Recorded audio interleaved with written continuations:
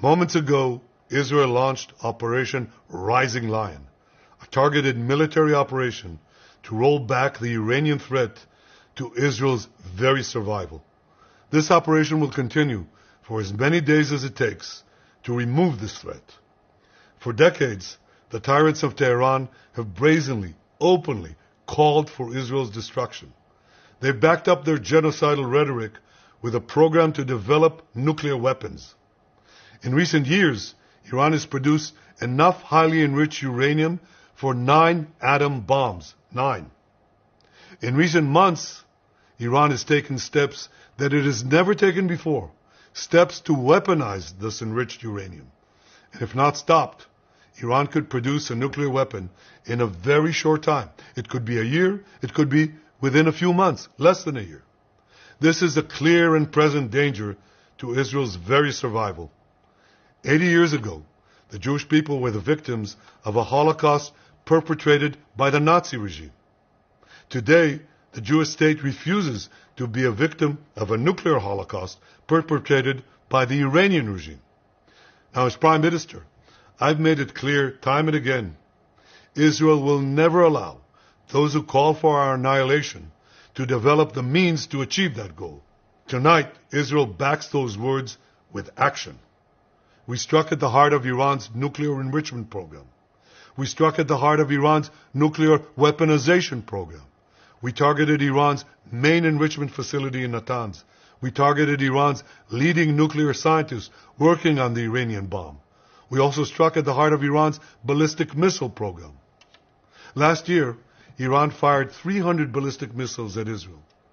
Each of these missiles carries a ton of explosives and threatens the lives of hundreds of people.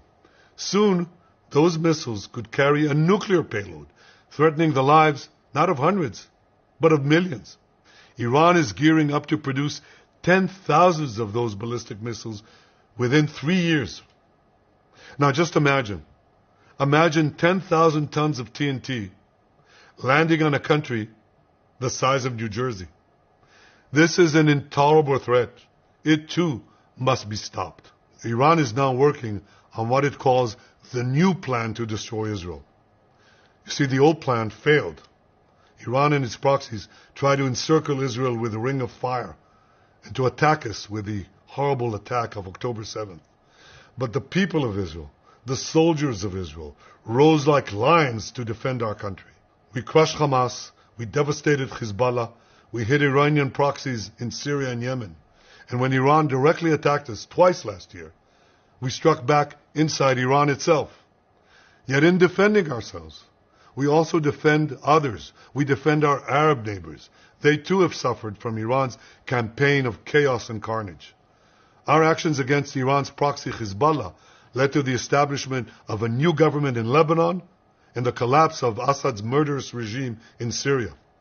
The peoples of those two countries now have a chance for a different future, a better future. So too do the brave people of Iran, and I have a message for them. Our fight is not with you. Our fight is with the brutal dictatorship that has oppressed you for 46 years. I believe that the day of your liberation is near. And when that happens, the great friendship between our two ancient peoples will flourish once again. I want to assure the civilized world, we will not let the world's most dangerous regime get the world's most dangerous weapons. And Iran plans to give those weapons, nuclear weapons, to its terrorist proxies. That would make the nightmare of nuclear terrorism all too real. The increasing range of Iran's ballistic missiles would bring that nuclear nightmare to the cities of Europe and eventually to America. Remember, Iran calls Israel the small Satan. It calls America the great Satan. And this is why for decades it's led millions in the chants of death to Israel and death to America. Today, Israel is responding to those genocidal calls with action and with a call of our own. Long live Israel and long live America. Our action will help make the world a much safer place. I want to thank President Trump for his leadership in confronting Iran's nuclear weapons program. He has made clear time and again that Iran cannot have a nuclear enrichment program. Today, it is clear that Iran is just buying for time.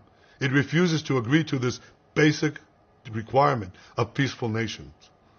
That is why we have no choice but to act, and act now. The hardest decision any leader has to make is to thwart a danger before it is fully materialized. Nearly a century ago, facing the Nazis, a generation of leaders failed to act in time. They were paralyzed by the horrors of World War I. They were determined to avoid war at all costs, and they got the worst war ever. They adopted a policy of appeasement. They closed their eyes and ears to all the warning signs. That failure to act resulted in World War II, the deadliest war in history. It claimed the lives of 60 million, including 6 million Jews, a third of my people.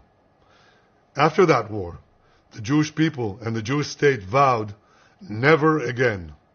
Well, never again is now. Today, Israel has shown that we have learned the lessons of history. When enemies vow to destroy you, believe them. When enemies build weapons of mass death, stop them. As the Bible teaches us, when someone comes to kill you, rise and act first. This is exactly what Israel has done today. We have risen like lions to defend ourselves. Over 3,000 years ago, Moses gave the people of Israel a message that has steeled their resolve ever since. Be strong and courageous, he said. Today, our strong and courageous soldiers and people stand together to defend ourselves against those who seek our destruction. And by defending ourselves, we defend many others, and we roll back a murderous tyranny. Generations from now, history will record that our generation stood its ground, acted in time, and secured our common future. May God bless Israel. May God bless the forces of civilization everywhere. Thank you. For years, the Iranian regime has called for the destruction of the State of Israel, planning and advancing concrete military plans to do so. Over the past few months, intelligence has shown that Iran is closer than ever to obtaining a nuclear weapon. This morning, the IDF began preemptive and precise strikes targeting the Iranian nuclear program in order to prevent the Iranian regime's ability to build a nuclear bomb in the immediate time frame. We have no choice. We are operating against an imminent and existential threat. We cannot allow the Iranian regime to obtain a nuclear weapon that would be a danger to Israel and the entire world. This operation is for our right to exist here, for our future and for our children's future. The State of Israel has the right and the obligation to operate in order to protect its people and will continue to do so. The IDF conducted significant preparations for this operation. We are well prepared both in defense and offense to defend ourselves. The IDF will continue to defend the State of Israel. Okay, this is probably the moment that we all knew that is going to come, but just didn't know when exactly it's going to come. But there are massive breaking news. Israel has struck deep inside Iran. There are reports of nuclear sites destroyed. They're deep under the ground. So Israel went on several waves of strikes inside Iran. I know of a fourth one. Right now, there is a report. The Iranians confirmed that the military chief of staff of Iran, the top commander of the Iranian army, the Iranian regime, was killed in the Israeli strikes. And this is something Israel anticipates that this operation could last for about at least 2 weeks. We don't know what is going to be the next move. At first, we didn't know if Khamenei, the supreme leader of Iran, is alive or not. But right now, we see that there is a lot of things going on, a lot of reports. There also the senior advisor to Khamenei is, according to the reports, maybe he is eliminated. But how was this? How did this actually happen? So, in the last few days, if you have been following the news, you have seen that Israel and the United States came off as if they're having arguments and as if there's a fight between our relationship in the best allies. And you may have wondered what is going on. Is Israel and the United States not on the same page when it comes to Iran? So apparently, according to a report, this was a deception operation in order to numb the Islamic regime in Iran, for them not to understand what is going on and to think that actually America is pushing Israel away from a strike and demanding and making all sorts of arguments, while Israel, actually there was a report that Israel completed all preparations in order to strike deep in Iran. Now, guys, we're talking about a strike that is taking place about 2,000 kilometers away from Israel. This is a deep strike in Iran and also far away from the borders of Israel. And the Israeli Air Force was able to conduct this, and basically we see that all the threats that the Islamic regime made about them being the best and the most mighty and the most powerful, the Israeli army was able to bypass all of their aerial defenses. As you know, in the previous Israeli strike, they actually destroyed all of the Iranian aerial defense. The defenses, I think it's the S-300 or 400, the most advanced Russian aerial defense. So right now, Israel is ready for anything to happen.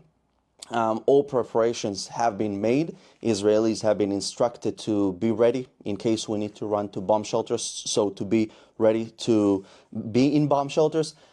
But what is happening on the Iranian side, meaning the Iranian people, how do they feel? So I spoke with Iranians, and all of them are happy. They're congratulating the smoke that is seen in several sites in Iran. They're congratulating the Israeli strikes. They're celebrating them, and because for over 40 years they've been oppressed by this evil Islamic regime that took their freedom away. But my goodness, as I'm speaking with you, I'm also checking all the reports, and it's very, very shocking to see that this is happening.